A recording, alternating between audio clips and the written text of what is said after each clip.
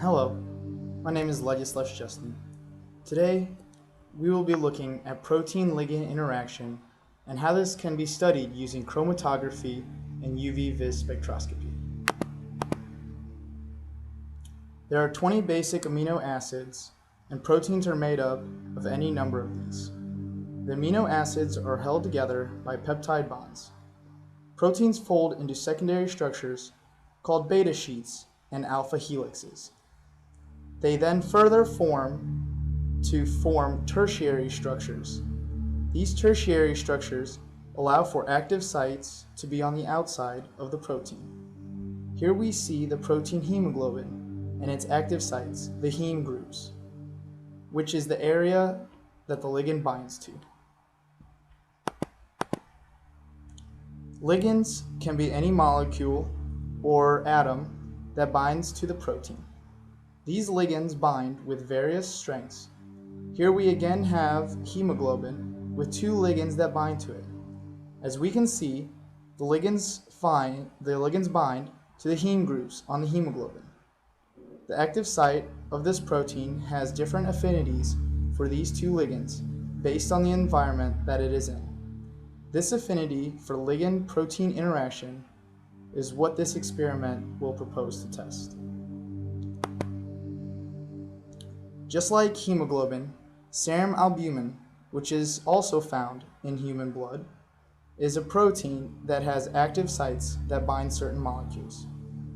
Using the pH indicator, phenyl red, we can study the protein-ligand affinity using UV-Vis spectroscopy and then applying Beer's law to find the concentration of phenyl red at various different pH levels.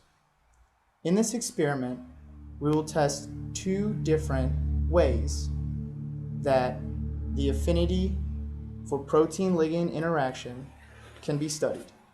One, oxygen and CO2 binding to hemoglobin, and two, phenyl red binding to serum albumin. To perform this experiment, we'll set up 6 different chromatography columns for each of the protein-ligand complexes that will be studied. Each column will be of varying pH levels. The pH should affect the amount of phenyl red that binds to the serum albumin and the amount of oxygen that binds to the hemoglobin.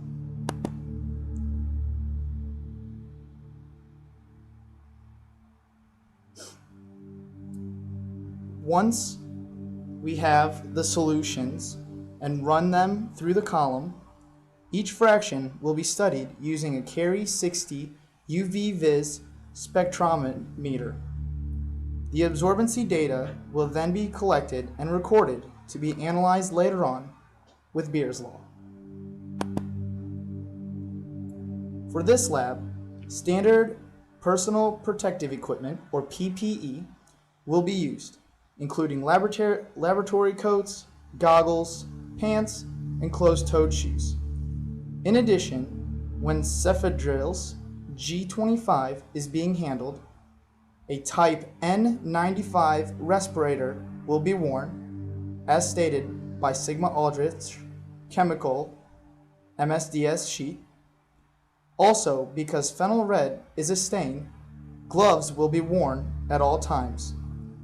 Proper MSDS sheets and disposal containers will be on hand at all times. To keep costs down for this experiment, the use of Southeast Missouri State facilities and chemical instruments will be requested. Furthermore, the request for a grant shall be submitted to cover all chemical expenditures. Due to serum albumin's instability, the experiment shall last no longer than 3 days from the time the serum albumin is obtained. An alternative to buying the bovine serum albumin is to use human serum albumin. By obtaining donated blood and synthesizing serum albumin out of it would save the experiment $1,845. This will require the proper consent forms and the use of a phlebotomist with a proper blood draw area. Once the blood is acquired, it is to be centrifuged at 10,000 RPM for 3 minutes to pack all the cells at the bottom of the tube and leave only the serum albumin on the top to be decanted off. Once all lab work is completed and all data is collected, the data will be analyzed using Beer's law to determine the concentration of phenyl red for each pH level. These concentrations will then show the binding of phenyl red to the active sites of the serum albumin.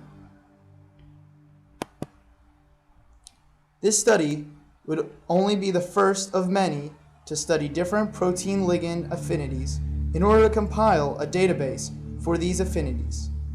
This would be effective in showing the specific pH level that certain drugs would work best in the body. Thank you to Dr. Adam Jacoby for his recommendations and guidance through this research project. And thank you for your time and your consideration.